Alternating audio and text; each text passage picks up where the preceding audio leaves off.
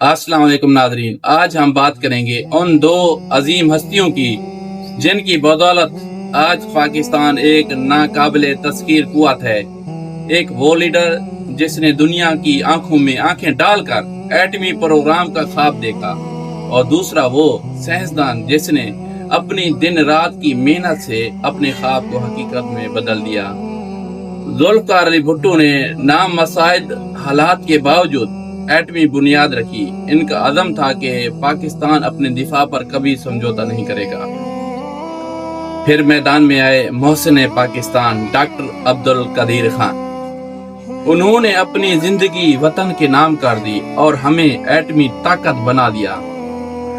آج کی اس بدلتی ہوئی دنیا اور جنگوں کے ماحول میں ہم ان محسنوں کی وجہ سے سکھ کا سانس لے رہے ہیں۔ قوم اپنے ان ہیروز کو ہمیشہ یاد رکھے گی۔